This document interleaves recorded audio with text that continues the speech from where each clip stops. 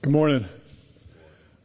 Before I start talking about the young man next to me, I want to thank Jalen Hood-Schifino, Max Christie, and Anthony Davis for their incredible service here. There's no player that played as big a role to our 17th championship than Anthony Davis, who's also a person of incredibly high character. So those three guys are Lakers for life, and just want to thank them before we start.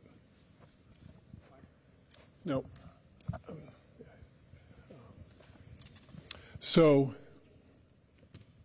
in thinking about today and what it means, I think Luka Doncic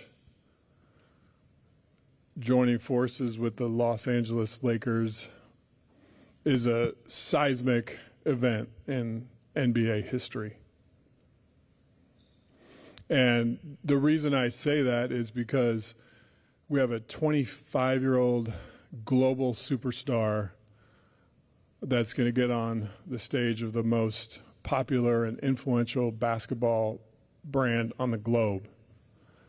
And I think when those two powerful forces come together, it brings basketball joy to the world, because that's how Luka plays. He plays with joy. And if you think about kids in Barcelona, or kids in Buenos Aires, or children in Shanghai or Sydney, they're going to be wearing a number 77 Luka Doncic Lakers jersey and bringing joy to basketball just like he does. And that's why it's powerful. I think the leadership of Adam Silver and the way he's bringing the game to the world, you see it in Europe, you see it in Africa, what the NBA is doing. And now we have one of the game's biggest superstars, an international player, coming to join the Los Angeles Lakers. It's a convergence of all those forces, and I think it's going to be something incredibly special that the NBA and basketball has never seen before. So to get to this place, there's a couple people I want to thank. First and foremost is Jeannie Buss. She's so supportive. I think her vision, which falls in line with the great and late Dr. Buss, to always make sure the brightest and best basketball superstars play for the Los Angeles Lakers. She's clearly carried that vision on from her dad, and I just want to thank her for her tremendous support and vision in helping this day become a reality. The second person I want to thank is anytime there's a trade or a transaction, there has to be a partner. And I want to thank the Dallas Mavericks, led by their GM, Nico Harrison, who was also very instrumental in bringing this opportunity to us and then staying true to the negotiations throughout, where it could be culminated with the trade being finalized and Luka Doncic, Maxi Kleber, and Markieff Morris becoming members of our team. So wanted to thank those two people. And now we'll start with questions. Hey, Luka, there's the video the Lakers put out the other day of you noticed somebody was talking to you in Slovenian during a game in 2019. It's Kobe, and you turn around, you have the moment with him after the game. And just think, how do you go from that to then now joining the Lakers with LeBron James and just thinking of the legacies of those two players and you having the chance to be the next one? Well, first of all, I remember the exact moment that happened. It will always stay, in my mind. It was an amazing moment. Just for Kobe to know my name was amazing for me. And, I just wish Kobe and Gigi were here to see this moment. And, I'm excited about this new journey and happy to be here.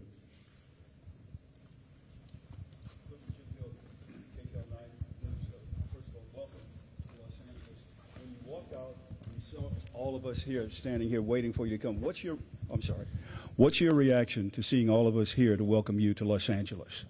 Well, first of all, it's very nice. There's a lot of people here. I don't think there's ever been so many people in my press conference, so I really appreciate all the support. Luka, welcome to Los Angeles. I'm curious, what's your reaction been the last 48 hours to some of the comments coming from Dallas on your way out the door? to join the Lakers? I'm just excited, to be here to start this new journey, and obviously at some point I knew this was going to happen, but I would say I always take the high road. I had my amazing moments in Dallas with all my teammates, coaches, and the most importantly, the fans. They always supported me, and it was an amazing journey. Hey, Luka, Dan Wicke with the LA Times. Welcome to LA. You, in a podcast with JJ years ago, said that the one NBA player that you watched was LeBron James. What is your kind of reaction to being able to now play with him, and how do you think that's going to work for the two of you guys on the court? It's just like a dream come true, I always look up to him. There's so many things I can learn from him, and I'm just excited, just to learn everything, and now I get to play with him. So it's an amazing feeling.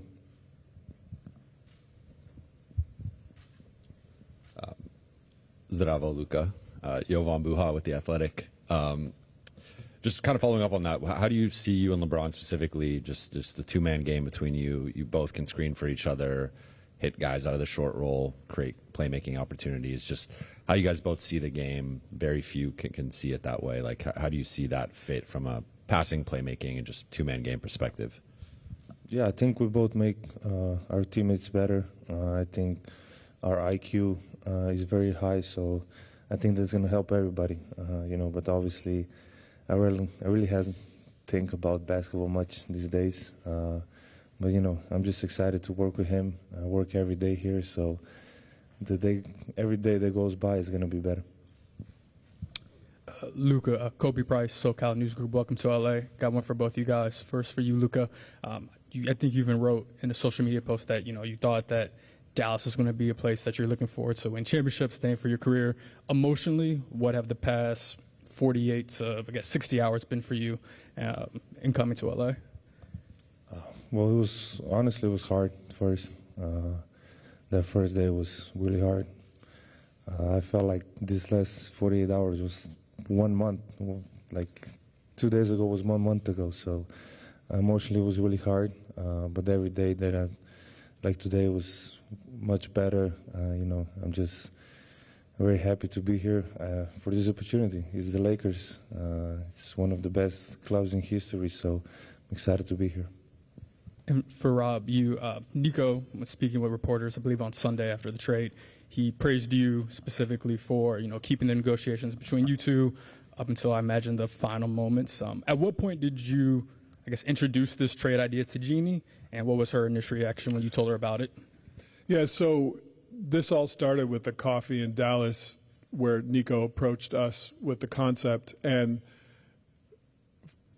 because there was a partnership and a history of traveling the world between Nico and myself working around Kobe Bryant, there was a fabric of trust in the discussions. And these type of deals are incredibly intricate and complicated. And along the way, we knew there would be 248 insurmountable snags to get to the end, and there were. And so over the course of 3 weeks, call it, an issue would come up, and we'd think there was no way to climb the mountain, and we'd figure out a way. Then the next issue would come up, and you just keep going, and you stay committed to the work. You stay committed to trying to get the deal done in a partnership sense. I think a lot of people talk about negotiations in terms of who won and who lost. I try to approach a negotiation in the sense of how do we build a partnership where we can get to the end. And I think that was the lens that we worked and the premise we worked under. And when the concept was initially introduced to us, it was, hey, the only way we can even have these discussions was if it's between owner and GMs. And there was a commitment to that. And if we broke that commitment by talking to anyone else, this day would never happen. So I think trust was at the center of all those discussions. And I called Jeannie after the coffee in Dallas and brought her in immediately, as I do with everything. Her and I have a really strong working relationship, and the fabric of that is that we share things in real time. And she was extraordinarily excited and hopeful that we could get to the end, which we were able to do. Hey, Luka and Rob, Melissa Rowland, Fox Sports. Over here. I have a question for both of you guys. Obviously, from the league's biggest superstars to fans, people were shocked that the Mavericks were willing to deal a 25-year-old superstar in his prime who has another 10 years at least ahead of him. What was both of your guys's, I guess, Rob, what was your level of shock that this was even on the table? And Luka, what was your level of shock that the Mavs were willing to deal you? I try to take everything in stride. I think, you know, it's interesting if all of us watch Luka play. He has a combination of basketball joy and killer instinct, which is really rare. That was number 8, number 24. And I think learning lessons from that mentality are to stay in the moment. And so I don't think of it in terms of shock, surprise. I think of it in, okay, this is coming at me. It's like a game. You know, maybe a blitz is coming at Luka. He's not going to be shocked. He's going to stay in the moment, figure out the read, and make the play. And so when the opportunity came to me, that was sort of my mindset, is to, okay, this is coming. This is a concept that came to me. Now, how do I process this mentally to get the deal completed? And right away, when it was brought up at the coffee, my mind started churning. There were so many complicated things. We have the Mavericks are hard capped at the first apron. You know, the Lakers are up against the second apron. There's trade kickers. There's going to be a third team that's going to have. So my gears were turning about the deal the same way his basketball mind is processing a play. And so I just tried to live in the moment, and I tried to carry that with me for 3 or 4 weeks as this was unfolding. And by staying in the moment, I think it helped us get to the end. I mean, everybody was surprised, so you can imagine how surprised I was. I was almost asleep, so when I got a call, I had to check it was April 1st. I didn't really believe it at first, and it was a bit shock. It was hard moments for me. It was home, so it was really hard moments for me, especially the first day. But as I said, you know, I get to play in the greatest club in the world, and I'm excited for this new journey.